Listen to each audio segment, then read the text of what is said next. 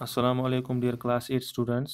प्यारे बच्चों, आज हम हिस्ट्री का लेसन नंबर 2 पढ़ेंगे और हमारा आज का लेसन का टॉपिक है from trade to territory company establishes power. प्यारे बच्चों, आपको याद ही होगा कि हमने पिछले लेसन में मॉडर्न इंडियन हिस्ट्री को पढ़ा और मॉडर्न इंडियन हिस्ट्री को पढ़ने के लिए हमने डिफरेंट डिफरेंट सोर्सेज स्टडी किए। इस लेसन में हम पढ़ेंगे बहुत सारे इवेंट्स जो आगे चल के इंडिया में होते हैं और ये भी देखेंगे कि कैसे ब्रिटिश ईस्ट इंडिया कंपनी की सोच में बदलाव आने लगता है और कैसे ये इंडिया की टेरिटरी पे अब पूरा कब्जा करना चाहते हैं। क्योंकि इनका जो इनिशियल पर्पस होता है, जब ये पहले आए होते हैं इंडिया में, तो इनका पहला जो मकसद होता है इंडिया आने का, वो सिर्फ और सिर्फ ट्रेड होता है। लेकिन बाद में ये यहाँ की पॉलिटिक्स में इंटर कर जाते हैं और पॉलिटिकली ये इन्वॉल्व हो जाते हैं इंडिया में और इंडिया पर पूरा ये कब्ज़ा जमाना चाहते हैं। तो ये कैसे होता है, इस लेसन में हम ये पढ़ेंगे। इस लेसन में हम ये भी देखेंगे, ये भी हम डिस्क्राइब करेंगे कि कैसे मुख्तलिफ ब्रिटिश पॉलिसीज़ लाने के बाद ब्रिटिश ईस्ट इंडिया कंपनी ने कंट्रोल किया इंडिया को या इसको एनेक्स किया, यानी डिवाइड किया। एनेक्स का मतलब होता है किसी चीज़ को दो हिस्सों में बांटना, डिवाइड करना। लेकिन इससे पहले कि हम ब्रिटिश ईस्ट इंडिया कंपनी की जो मुख्तलिफ इवेंट्स हैं या ब्रिटिश ईस्ट इंडिया कंपनी की जो सोच में जो बदलाव आता है, ये कैसे होता है, इसको पढ़ने से पहले, इसको जानने से पहले हम पहले बैकग्राउंड लेंगे मुग़ल एम्पायर का और उसके बाद हम आगे ब्रिटिश ईस्ट इंडिया कंपनी की सोच में कैसे बदलाव आता है, वो क्या करते हैं, कैसे ट्रेड्स की वजह से जंगें होती हैं, बैटल्स होती हैं रूलर्स के बीच में और ब्रिटिश ईस्ट इंडिया कंपनी के बीच में, ये हम आगे पढ़ेंगे। तो चलिए बच्चों, शुरू करते हैं।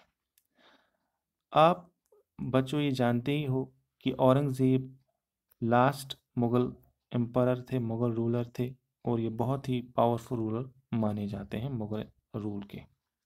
लेकिन जब औरंगज़ेब की डेथ होती है, मौत होती है, जो इनके बाद आने वाले मुग़ल रूलर्स होते हैं वो इनएफिशिएंट साबित होते हैं, यानी नालायक और नाकाबिल साबित होते हैं, जिससे जो फॉरेन रूलर्स हैं, जो फॉरेन पावर्स हैं, फॉरेन कंट्रीज़ के जो रूलर्स हैं, उनको एक मौका मिलता है, एक अपॉर्चुनिटी मिलती है कि वो अपना रूल इस्टेब्लिश करें इंडिया में।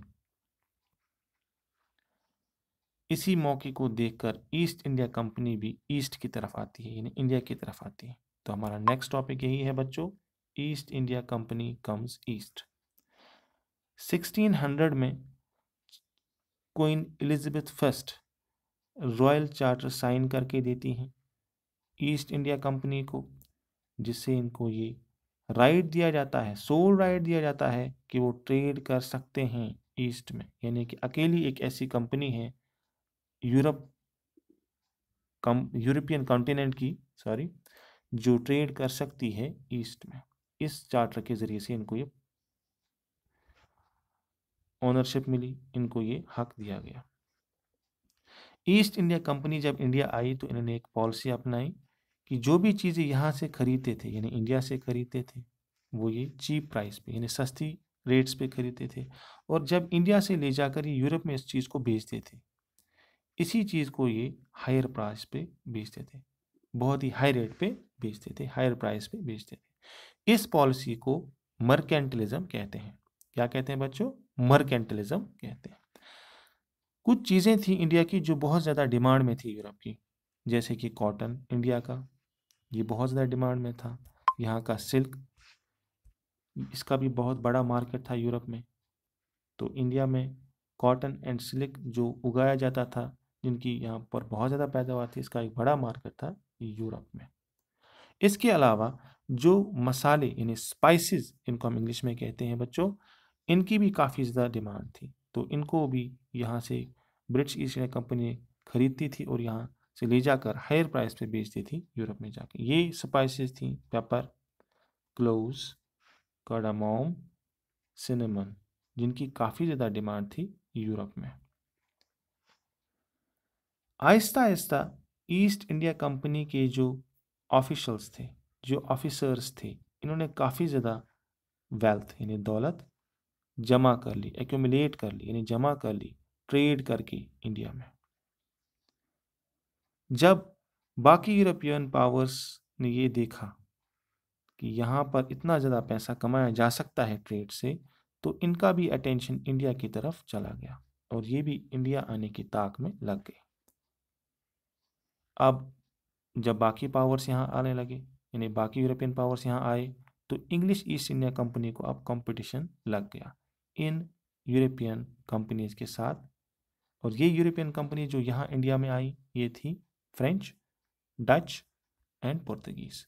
फ्रेंच मैंने फ्रांस के जो लोग थे, डच मैंने डेनिश एक कंट्री है, यहाँ के लोग को डच बोला जाता है, ये यहाँ आए, और पुर्तगीज यानी पुर्तगाल से जो आए। लेकिन ब्रिटिशर्स की एक बहुत ही बड़ी ताकत थी इनके पास, ब्रिटिशर्स के पास, यानी ब्रिटिश ईस्ट इंडिया कंपनी के पास, वो थी इनकी पावरफुल नेवल फोर्स।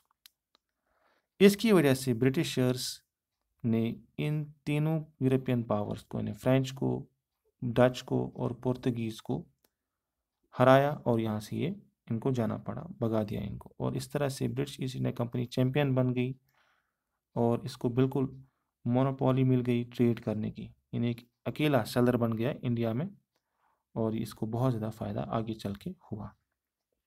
एक बात यहाँ पर आपको याद रखनी है बच्चों, वो ये कि सबसे पहले पुर्तगीज़ यहाँ आते हैं, क्योंकि ये इन्हीं के सेलर थे जिनका नाम वास्को डा गामा है, जिन्होंने डिस्कवर किया सी रूट टू इंडिया, यानी कि समुद्री रास्ता डिस्कवर किया था पुर्तगीज़ के ही एक सेलर ने, एक डिस्कवरर ने, जिसका नाम वास्को डा गामा था। और इसने कब किया? 1498 में। इसके बाद यहाँ फ्रेंच आते हैं और उसके बाद डच पीपल यहाँ आते हैं। ठीक है बच्चों, ये आप याद रखना। आगे हम बढ़ते हैं। अब इंडिया में पैर जमाने के बाद ब्रिटिश ईस्ट इंडिया कंपनी ने अपनी पहली फैक्ट्री यहाँ लगाई। तो नेक्स्ट टॉपिक है India East India company began trade in Bengal. East India company यहाँ ट्रेड स्टार्ट करती है और बंगाल में सबसे पहली फैक्ट्री यहाँ इस्टेब्लिश करती है ब्रिटिश ईस्ट इंडिया कंपनी। 1651 में पहली इंग्लिश फैक्ट्री सेटअप की जाती है हुगली रिवर पर, हुगली रिवर के बैंक्स पर, यानी साहिल पर। और पहली इंग्लिश फैक्ट्री खोली जाती है, पहली इंग्लिश फैक्ट्री खोली जाती है बच्चों सूरत में, जो कि गुजरात का एक डिस्ट्रिक्ट है, एक जगह है। और यहाँ पर ये पहली इंग्लिश फैक्ट्री खोली जाती है 1608 में। ठीक है बच्चों, हुगली रिवर पर एक बहुत ही मशहूर ब्रिज है जिसे हम हावड़ा ब्रिज कहते हैं, जिसे बिजिएस्ट ब्रिज कहते हैं इंडिया का। इसे बिजिएस्ट ब्रिज माना जाता है इंडिया का। यहाँ काफ़ी रश रहता है लोगों का। तो यहीं पर पहली इंग्लिश फैक्ट्री सेटअप करती है ब्रिटिश ईस्ट इंडिया कंपनी 1651 में। आगे बढ़ते हैं बच्चों। इसमें औरंगज़ेब जो है वो इशू करते हैं एक फरमान, यानी रॉयल ऑर्डर जिसे हम इंग्लिश में कहेंगे, जिससे कि कंपनी को ये राइट दिया जाता है कि ये बगैर ड्यूटी पे किए, बगैर ड्यूटी दिए, बगैर टैक्स दिए, ड्यूटी इज़ ए टैक्स, जो चीज़ों को लाते वक्त किसी कंट्री में पे किया जाता है, तो इनको ये हक दिया गया औरंगज़ेब की तरफ से एक रॉयल ऑर्डर के ज़रिए, एक फरमान के ज़रिए से, कि ब्रिटिश ईस्ट इंडिया कंपनी को मैं ये राइट देता हूँ कि वो ड्यूटी फ्री ट्रेड कर सकते हैं इंडिया में, इनको ड्यूटी पे करने की ज़रूरत नहीं है। और इसी दौरान कंपनी ने और ज़्यादा कोशिश की अपनी डिमांड्स को मनवाने की, और ज़्यादा कंसेशंस डिमांड करती रही ईस्ट इंडिया कंपनी। लेकिन जो औरंगज़ेब ने ये रॉयल चार्टर या रॉयल फरमान निकाला, इशू किया ड्यूटी फ्री ट्रेड का, ब्रिटिश कंपनी को राइट दिया, इसको काफ़ी ज़्यादा मिसयूज़ किया ब्रिटिश ईस्ट इंडिया कंपनी के कुछ ऑफिशल्स ने। बच्चों, ये ट्रेडिंग पर्पस के लिए पासेस दिए गए थे, लेकिन ब्रिटिश ईस्ट इंडिया कंपनी के कुछ ऑफिशल्स ऐसे थे जिन्होंने इनका मिसयूज़ किया और इन्हीं पासेस से वो प्राइवेट ट्रेड करने लगे, यानी इंडिविजुअल ट्रेड करने लगे और बहुत ज़्यादा वेल्थ, बहुत ज़्यादा पैसा, बहुत ज़्यादा दौलत जमा कर ली। लेकिन नाम दिया यहाँ पर इन्होंने किसका? कंपनी का। यानी नाम कंपनी का होता था कि कंपनी के नाम पे ट्रेड होता है, लेकिन असल में ये ट्रेड प्राइवेट हो रहा था। और आगे चलकर जल्दी ही एहसास हुआ कि कंपनी को कि इनको बहुत ज़्यादा इससे लॉस हो रहा है, प्राइवेट ट्रेड से काफ़ी ज़्यादा लॉस हो रहा है। इसलिए ब्रिटिश गवर्नमेंट ने इन लॉसेस को ख़त्म करने के लिए बहुत ज़्यादा सख्त रूल बनाए। आगे चल के औरंगज़ेब की मौत के बाद बंगाल के जो नवाब्स होते हैं वो काफ़ी ज़्यादा इनकी तू में होती है, बहुत ज़्यादा इनकी क्लैशेस होते हैं ब्रिटिश ईस्ट इंडिया कंपनी के साथ। और आखिरकार ट्रेड की वजह से ब्रिटिश ईस्ट इंडिया कंपनी के बीच में और यहाँ बंगाल नवाब्स के बीच में लड़ाई होती है। तो नेक्स्ट टॉपिक है हमारा बच्चों, how did trade led to battles. How did trade led to battles, trade की वजह से जंग कैसे होती है इंडिया में। औरंगज़ेब की मौत के बाद बंगाल के जो नवाब्स होते हैं बच्चों, ये असर्ट करते हैं अपना पावर और अपनी एटॉनमी कि हम पावरफुल हैं अब और हम खुद मुख्तार हैं, आज़ाद हैं, हम किसी की अथॉरिटी अब नहीं मानेंगे। हम अपनी टेरिटरीज़ को, अपने इलाकों को खुद चलाएंगे, अपने इलाकों पर खुद हुकूमत करेंगे। जो नवाब्स थे बंगाल के, जो बंगाल के रूलर्स थे जिनको नवाब्स कहा जाता है, इन्होंने बिल्कुल रिफ्यूज़ किया, इनकार किया कंपनी को कंसेशंस देने से, डिस्काउंट्स देने से। इन्होंने कहा कि आपको ड्यूटी पे करनी पड़ेगी, हम आपको ड्यूटी फ्री ट्रेड करने नहीं देंगे, क्योंकि अगर हमने आपको ड्यूटी फ्री ट्रेड करने दिया तो इससे हमारे बंगाल को रेवेन्यू का लॉस होगा, हमारे जो प्रॉफिट्स हैं वो कम हो जाते हैं, हमारे जो ख़जाने हैं उनको नुकसान पहुंच रहा है। लेकिन यहाँ से ब्रिटिशर्स का मानना था कि ड्यूटीज़ जो हैं वो ख़त्म होनी चाहिए। ब्रिटिशर्स की डिमांड लगातार थी कि हमें ड्यूटी फ्री ट्रेड करने दिया जाए, इन ड्यूटीज़ को एबॉलिश किया जाए, एबॉलिश को ख़त्म करो। ठीक, एबॉलिश हो गया ख़त्म करना किसी चीज़ को, तो ड्यूटीज़ को एबॉलिश किया जाए, ड्यूटीज़ को ख़त्म किया जाए। लेकिन बंगाल के नवाब्स यहाँ से मान नहीं रहे थे, वो उनकी डिमांड को लगातार रिजेक्ट कर रहे थे। इनकी डिमांड्स को लगातार ब्रिटिश ईस्ट इंडिया कंपनी की डिमांड्स को बंगाल के नवाब रिजेक्ट कर रहे थे कि हम आपको कोई कंसेशन नहीं देंगे, हम आपको कोई कंसेशन नहीं देंगे, हम आपकी ड्यूटी जो है आपको लगाते रहेंगे, ड्यूटी फ्री ट्रेड आपको नहीं करने दिया जाएगा। लेकिन यहाँ से ब्रिटिश ईस्ट इंडिया कंपनी को पता था कि बंगाल की जो हुकूमत है, जो इनकी एडमिनिस्ट्रेशन है, जो यहाँ के नवाब्स हैं, इनकी कंडीशन कुछ खास नहीं है, ये बहुत कमज़ोर है, ये अंदर से खोखले हैं। इसलिए इन्होंने सोचा कि अगर हमने इनको जो है इसी तरह से इनकी अपील करते रहे तो ये मानने वाले नहीं हैं। हमने क्या करना होगा, हमने अब ब्रिटिश ईस्ट इंडिया कंपनी को अब फोर्स का यूज़ करना होगा, यानी हमने फोर्स का इस्तेमाल करना होगा ताकि अपनी ऑटोनॉमी, अपनी आज़ादी को जता सकें, असर्ट कर सकें अपने पावर को, अपनी हुकूमत को। इसलिए ने बोला कि हम अब इनके साथ यानी बंगाल एडमिनिस्ट्रेशन के साथ जंग लड़ेंगे।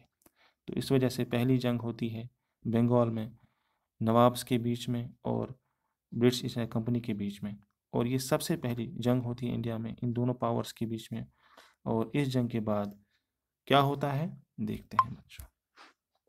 इस जंग का नाम बैटल ऑफ प्लासी है, क्योंकि ये बंगाल में होती है और प्लासी एक जगह है बंगाल की। जब ट्रेडिंग राइट्स को डिनाई किया, यानी कि ट्रेडिंग राइट्स देने से इनकार किया बंगाल के नवाब्स ने कि हम आपको कंसेशंस नहीं देंगे, हम आपको ड्यूटी फ्री ट्रेड करने नहीं देंगे, इस वजह से ब्रिटिशर्स ने 23 जून 1757 को जंग लड़ने का ऐलान किया बंगाल नवाब्स के साथ, और ये जंग बैटल ऑफ प्लासी के नाम से जानी जाती है। और इस जंग में बंगाल के नवाब जो हैं वो हार जाते हैं, उनकी मौत हो जाती है, और सबसे मेजर विक्ट्री, बड़ी victory English east India company को मिलती है इंडिया में। ये सबसे पहली विक्ट्री होती है, फर्स्ट मेजर विक्ट्री होती है ब्रिटिश ईस्ट इंडिया कंपनी की, जो इनको हासिल होती है इंडिया में। पहले जो नवाब थे बंगाल के वो अली वर्दी खान थे, इनकी मौत हो जाती है 1756 में, और इनके बाद सिराजुद्दौला को नवाब बनाया जाता है बंगाल का। सिराजुद्दौला ही ऐसे नवाब होते हैं जो आवाज़ उठाते हैं ब्रिटिश ईस्ट इंडिया कंपनी के खिलाफ और बिल्कुल इनकार करते हैं डिस्काउंट देने से, कंसेशन देने से, और ये भी बोलते हैं कि हम आपको ड्यूटी फ्री ट्रेड करने नहीं देंगे। ये नवाब बनाए जाते हैं बंगाल के। 1757 में रॉबर्ट क्लाइव अपनी फौज को लेकर, ब्रिटिश फोर्स को लेकर, अपनी कंपनी की आर्मी को लेकर सिराजुद्दौला के साथ जंग लड़ने जाते हैं प्लासी की जगह पे, और इन दोनों के बीच में जंग होती है। आगे बढ़ने से पहले हम मैप को स्टडी कर लेते हैं बच्चों। ये हम देख रहे हैं routes to India in the 18th century. ये हम सी रूट पढ़ने जा रहे हैं बच्चों, जिनका इस्तेमाल किया जा रहा था ब्रिटिश ईस्ट इंडिया कंपनी की तरफ से इंडिया में एंटर करने के लिए, अंदर जाने के लिए इंडिया में। ये आप देख रहे हैं ब्रिटिश आइलैंड, जहाँ से ब्रिटिशर्स के जो समुद्री जहाज थे आते थे, निकलते थे। ब्रिटिश आइलैंड है ये। यहाँ से होकर ये अफ्रीकन कॉन्टिनेंट को क्रॉस करते थे। ये अफ्रीकन कॉन्टिनेंट है बच्चों। ये है सेंट हेलिना, एक अफ्रीका का एक आइलैंड। यहाँ पर जो आप जगह देख रहे हैं, this is the most important place. यहीं पर पोर्तुगीज के सेलर वास्को डा गामा ने डिस्कवर की थी सी रूट इंडिया की तरफ। इसे केप ऑफ गुड होप दिया था नाम वास्को डा गामा ने। ये केप ऑफ गुड होप जो आप नाम पढ़ रहे हैं, ये वास्को डा गामा ने इसको नाम दिया था। और यहाँ से चले जाते हैं इंडिया, और यहाँ एंटर करते हैं मुंबई, जो एक जगह है बॉम्बे, जिसे उस वक्त कहा जाता था, और आज से बॉम्बे कहते हैं। और मद्रास भी यहाँ से ये एंटर करते थे समुद्र के रास्ते से। इस तरह ये इंडिया में एंटर कर जाते हैं। तो बच्चों अब हम आगे बढ़ते हैं। जो सिराजुद्दौला था, इसकी मौत क्यों हुई, ये क्यों हारा? इसका मेन रीज़न ये था बच्चों कि नवाब की डिफीट का मेन रीज़न ये था कि जो मीर जाफ़र था, जो इसका कमांडर था, आर्मी का कमांडर था सिराजुद्दौला की आर्मी का, ये फंस जाता है लालच में। इसे ब्रिटिशर्स लालच देते हैं कि अगर तुमने सिराजुद्दौला का साथ नहीं दिया तो हम आपको सिराजुद्दौला के बाद, इसको हराने के बाद आपको बंगाल का नवाब बनाएंगे। मीर जाफ़र को ये लालच दिया जाता है, लेकिन कंडीशन यही होती है मीर जाफ़र के लिए कि आपको सिराजुद्दौला का साथ नहीं देना होगा, तभी हम आपको बंगाल का नवाब बनाएंगे। और यही होता है। ये मीर जाफ़र जो है बिट्रे करता है, धोखा देता है सिराजुद्दौला को लास्ट पे, और जिसकी वजह से ये जंग हार जाता है और इसकी मौत होती है। मीर जाफ़र को क्लाइव ने प्रॉमिस किया होता है कि हम आपको नवाब बनाएंगे सिराजुद्दौला को क्रश करने के बाद, इसको हराने के बाद, और डील के हिसाब से मीर जाफ़र को नवाब बनाया जाता है बंगाल का सिराजुद्दौला की हार के बाद, डिफीट के बाद। लेकिन ये कभी भी रियल बंगाल का हेड नहीं बन पाया। बंगाल का रियल हेड ये नहीं बन पाया, ये सिर्फ नॉमिनल हेड था, मतलब कठपुतली राजा जिसे हम कहते हैं। ये कठपुतली नवाब था, क्योंकि इसे हर एक फैसला लेने से पहले ब्रिटिश ईस्ट इंडिया कंपनी की रजामंदी हासिल करनी पड़ती थी, उनकी इजाज़त मांगनी पड़ती थी। तो एक्चुअल पावर जो था, हम कह सकते हैं, वो किन के हाथों में था बच्चों? ब्रिटिश के हाथों में था। ठीक है बच्चों आज हमने इस लेसन में ये देख लिया कि क्या क्या इवेंट्स होते हैं, ब्रिटिशर्स कैसे यहाँ पर पॉलिटिक्स में एंटर करते हैं, कैसे यहाँ पर ट्रेड कर लेते हैं, पावरफुल ट्रेडर बन जाते हैं, और कैसे बाकी यूरोपियन पावर्स को यहाँ से निकाल देते हैं। अगले वीडियो लेक्चर में हम आगे पढ़ेंगे इसी लेसन को। आज के लिए इतना ही। अल्लाह।